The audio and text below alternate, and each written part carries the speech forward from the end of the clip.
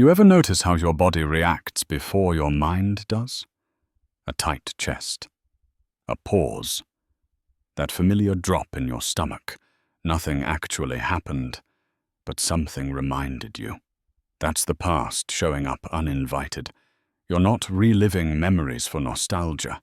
You're reliving them because your brain thinks it's keeping you safe. It replays old moments like warning signs. Don't go there again. Don't say that again. Don't trust like that again. So without realizing it, you start shrinking your choices. You hesitate before speaking. You overthink simple decisions. You avoid paths that could change your life. Because last time, it hurt. And here's the dark part no one tells you. Your brain doesn't care if you're happy. It cares if you're familiar. Familiar pain feels safer than unfamiliar freedom. So your mind keeps dragging you backward, replaying failures, betrayals, embarrassing moments, using them as proof that change is dangerous. That's how you end up living in the echo of something that already ended. The argument from years ago. The mistake you made once. The version of yourself you've already outgrown. And while you think you're moving forward, your decisions are still being approved by the past. But here's the real question. And this is where most people get uncomfortable. What if the past isn't haunting you? What if you're the one keeping it alive? Because the moment you stop letting old memories decide who you are, everything changes. And that's exactly what we're going to talk about. So if it feels like you're constantly pulled backward, like no matter how hard you try to move on, something keeps dragging your attention to what already happened, this isn't a personal flaw. It's not weakness. It's design. And once you understand that design, you'll see why letting go is one of the hardest things a human mind can do. Your brain wasn't built for happiness. It wasn't built for peace. It was built for survival. And survival depends on memory. Thousands of years ago, forgetting the past meant death. The brain learned fast. Remember the danger. Remember the pain. Remember what went wrong. That's why one embarrassing moment can replay in your head for years, while 100 calm days disappear without a trace. Your mind doesn't archive comfort. It archives threat. Think about it. You can barely recall what you ate last week, but you can replay a humiliating comment from 10 years ago word for word. That's not because it mattered more. It's because your brain labeled it as a warning. So now, every time you're close to trying something new, your mind checks the past first. Last time you trusted someone, you got hurt. Last time you spoke up, you were shut down. Last time you failed, it stayed with you. Your brain pulls those files instantly, without asking you. And before you even realize what's happening, your body reacts. You hesitate. You pull back. You choose safety over possibility. This is where people get confused. They think they're being realistic. They think they're being cautious or mature. But what's really happening is conditioning. Your brain is using old pain to control present behavior. And the darker truth, the brain doesn't care if the threat is real anymore. It only cares that it once was. That's why you walk into rooms already feeling judged. Why you avoid conversations you haven't even had yet. Why you say that's just how I am, when really that's just how you learned to survive. Your mind is loyal to the past because the past once kept you alive. But it has no way of knowing that the rules have changed. And as long as you let an outdated survival system run your life, you'll keep mistaking memory for reality. Which raises an uncomfortable question. If your brain is wired to live back there, how much of your current life is actually happening now? So now you know the past isn't just something you remember. It's something your brain actively consults. But memory alone isn't the real problem. The real damage happens when those memories stop being references and start becoming instructions. Every experience you've been through wrote a line into a script. Not on paper, but in how you move, speak, and decide. And the dangerous part is, no one ever told you that you don't have to keep following it. Maybe the script says you're the one who always messes things up. Maybe it says people eventually leave. Maybe it says, don't get too excited. Don't aim too high. Don't trust momentum. So when life presents you with a moment that could change things, a new opportunity, a conversation, a chance to step forward, you don't meet it as who you are now. You meet it as who you were when the script was written. That's why you hesitate before sending the message. That's why you downplay your ability before anyone else can. That's why you sabotage progress right before it becomes real. You tell yourself it's logic. You call it intuition. But most of the time, it's just obedience. The brain loves patterns. Once it learns a role, it keeps casting you in it. The quiet one. The backup option. The not good enough yet version of you. And every time you act in line with that role, the script gets reinforced. Here's the part people avoid admitting. Staying loyal to an old identity feels safer than risking a new one. Because rewriting the script means admitting the past no longer defines you. And that feels like standing on ground with no map.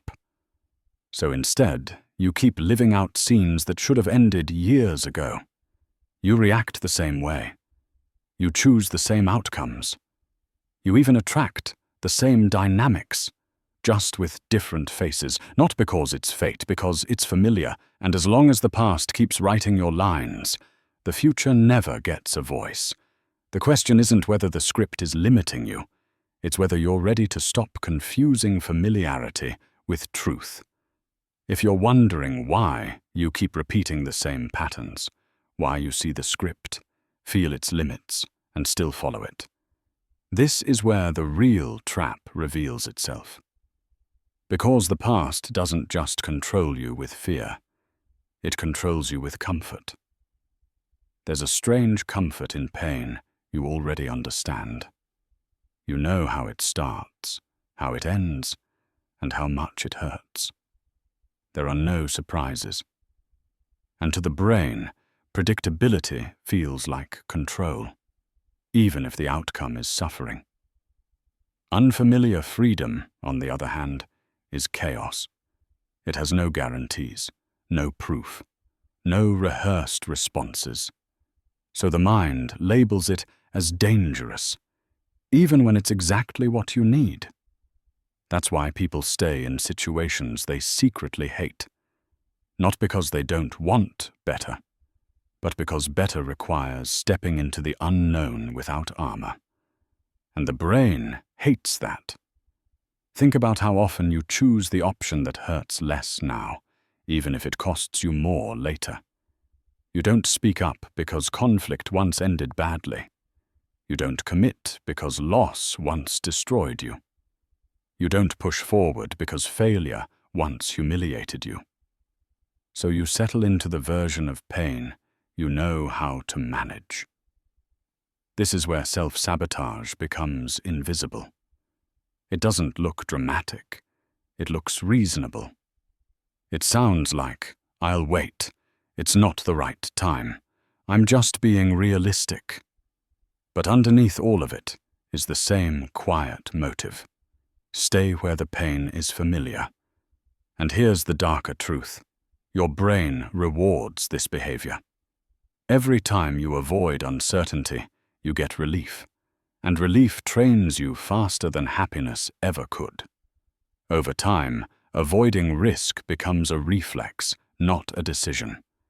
That's how freedom starts to feel threatening. That's how growth begins to feel irresponsible. That's how comfort zones turn into cages without walls. You don't cling to the past because it feels good. You cling to it because you've already survived it. And letting go doesn't feel like progress. It feels like stepping off a cliff without knowing if there's ground below. But the longer you choose familiar pain over unfamiliar freedom, the smaller your world becomes. Not all at once. Slowly, quietly, until one day you realize you didn't lose your future in a single moment. You traded it away for safety. And once you see that, the past doesn't feel protective anymore. It starts to feel expensive. By now you can see the pattern.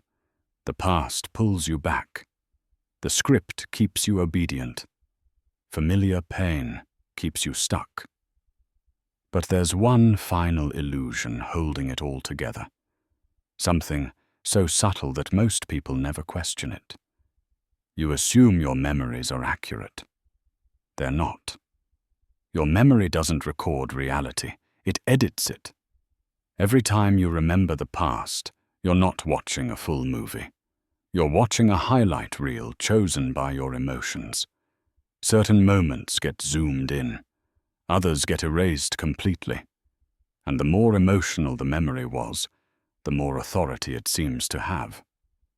That's why one failure can define an entire chapter of your life. The brain replays the worst frame and calls it the whole story. It doesn't show the effort you put in. It doesn't show the growth that followed. It just shows the moment you lost control, and lets that moment speak for everything. Over time, these highlights harden into truths. I always fail under pressure. People can't be trusted. When I try, I get punished. But these aren't facts. They're conclusions drawn from edited footage. Two people can live through the same event and walk away with completely different memories. One remembers pain and builds a wall. The other remembers survival and builds momentum. The difference isn't what happened. It's what the mind chose to keep. And here's the part most people miss. Memory changes every time you revisit it. Each replay slightly rewrites the original. The emotion you feel now bleeds into the event then. So the past doesn't stay in the past. It evolves with your current fears.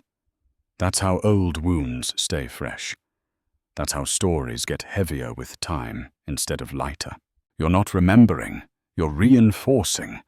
This is where the past gains power. Not because it was accurate, but because it was repeated. The brain mistakes repetition for truth. The more often you recall a moment, the more real it feels, even if it no longer reflects who you are. So when you say, "This is just how things are," ask yourself something uncomfortable. Is that reality speaking?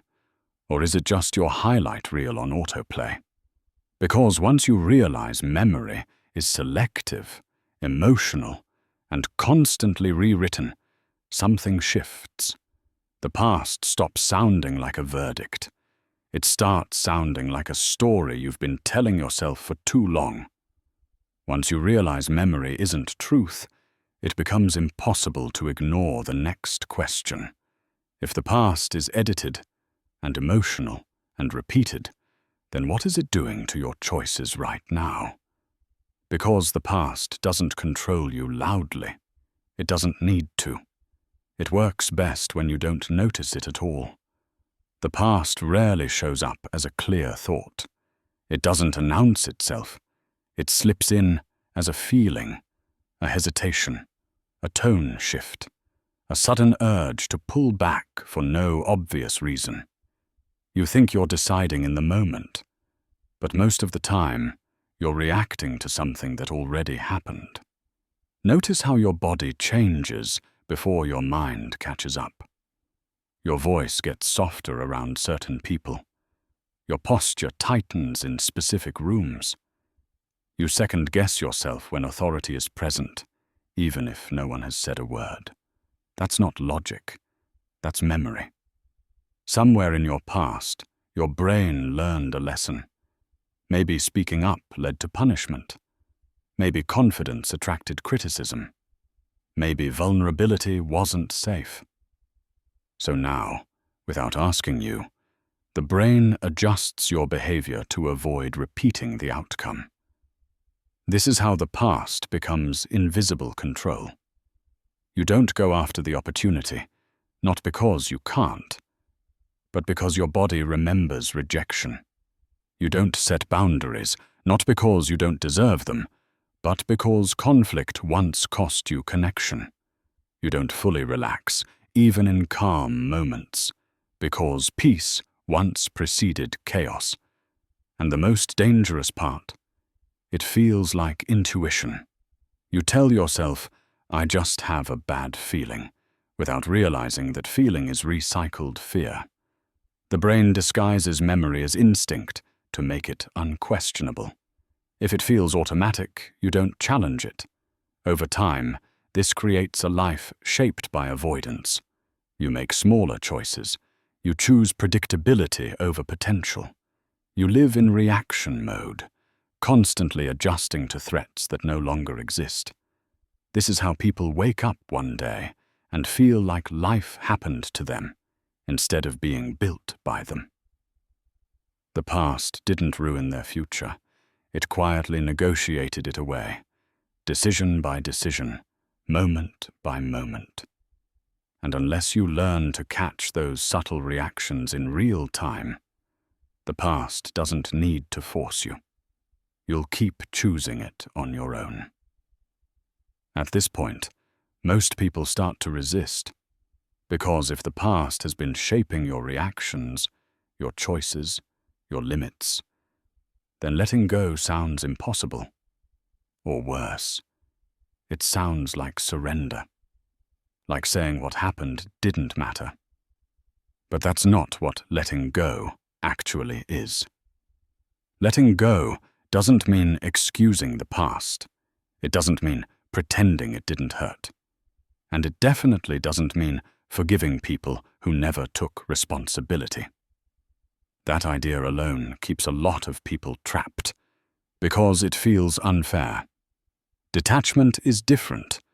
Detachment means the past no longer gets a vote in your present. It means what happened can exist without controlling how you think, react, or choose. You're not rewriting history. You're removing its authority. Think about how much energy goes into replaying old moments, conversations you'd redo, things you wish you'd said, outcomes you try to mentally correct. That loop doesn't heal you. It keeps the wound active. The brain mistakes emotional engagement for resolution. So it keeps you thinking, analyzing, revisiting, because it believes staying involved might eventually fix what already ended. Detachment breaks that illusion. It's the moment you stop needing the past to make sense before you move forward. The moment you stop waiting for closure from people who already moved on. The moment you realize that understanding why something happened doesn't change what it costs you to keep carrying it. This is where real power shows up. Not loud, not dramatic. Quiet. You can remember without reliving. You can acknowledge without reacting. You can recognize the lesson without re-entering the pain. And yes, this feels cold at first. People confuse emotional distance with numbness. But detachment isn't about shutting down. It's about choosing where your energy goes. The past thrives on attention. When you stop feeding it, it weakens. Not instantly. Slowly. Like a habit losing reinforcement. This is why detachment feels uncomfortable. You're stepping out of a familiar emotional loop. You're refusing to let old events explain who you are today. And once you do that, something unsettling happens. The past loses its grip. But now you're fully responsible for what comes next. That's the part most people avoid. When the past finally loosens its grip, a strange discomfort takes its place. Not relief, not confidence. Space. And that space exposes something most people spend their lives avoiding, the gap between who they were and who they're becoming. Growth doesn't feel like progress at first. It feels like confusion. You're no longer fully aligned with the old version of yourself, but the new one isn't solid yet. You're standing between identities, and that's an unstable place to be.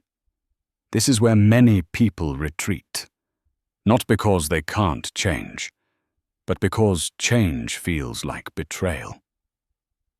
The old version of you learned certain rules to survive. Don't stand out. Don't expect too much. Don't trust momentum. Those rules once protected you, so abandoning them feels wrong, even when they're holding you back. You start to feel guilty for wanting more. Guilty for outgrowing people. Guilty for no longer fitting into environments that once defined you. And that guilt pulls you backward. That's the identity gap at work. You hear it in your internal dialogue. Who do I think I am now? This isn't like me. I'm not that kind of person. But notice something. Those statements aren't facts. They're loyalty oaths to an outdated self. The brain prefers consistency over accuracy. It would rather you stay coherent than evolve. So when your actions start to contradict your old identity, discomfort spikes. The mind interprets growth as danger because it disrupts the story it's been telling. This is why people self-correct when they start improving. They downplay wins. They shrink back into old habits. They reconnect with versions of themselves that feel recognizable, even if those versions were unhappy. Staying the same feels honest. Changing feels fake. But here's the darker truth. The longer you cling to who you were, the more you delay who you could become. Not because you lack potential, but because you're trying to honor a version of yourself that no longer exists. The identity gap isn't a sign you're lost. It's proof you're transitioning. And if you can tolerate that discomfort, if you can resist the urge to retreat into familiarity, you'll realize something powerful. You were never meant to stay consistent. You were meant to update. The real question is whether you'll let the past define your identity or allow it to become outdated. Once you see the gap, there's no going back. You can't unsee how much of your life was shaped by reflex instead of choice. And that realization leaves you with only two options: drift back into familiar patterns, or take control away from the past, one moment at a time. Reclaiming control doesn't start with some dramatic breakthrough. It starts with interruption. The past only controls you when it runs automatically. So the first shift is noticing the moment it tries to take over.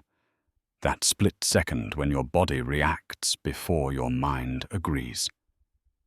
The hesitation, the urge to pull back, the familiar tightening that says, "Don't." Most people think control means force, pushing through fear, overpowering emotion. But real control is quieter than that. It's awareness in real time. You pause and ask a simple question. Is this happening now, or am I remembering? That question alone weakens the grip, because the brain can't run an old pattern as easily once it's exposed. Memory loses authority when it's named. Then comes the second shift, response instead of reaction. Reaction belongs to the past. It's fast, emotional, and protective. Response belongs to the present. It's slower, deliberate, and grounded. You don't need confidence for this. You need space. Even a second is enough. You choose a slightly different action. You speak when you normally stay quiet. You stay present when you'd usually escape. You tolerate discomfort without immediately trying to end it. These moments feel small. They're not. Each time you interrupt an old pattern, you weaken it. The brain learns through repetition. So when you stop repeating the past, it slowly loses its default status. This is how identity changes without force, not through motivation, through evidence. The mind updates when it sees you survive a situation it once labeled as dangerous. And here's the unsettling part. Control returns gradually, not instantly. There's no clean moment where the past disappears. There's just less influence, less authority, less interference. Until one day you realize something quietly shifted. The past still exists, but it no longer decides. And once control comes back to the present, the future finally has room to form.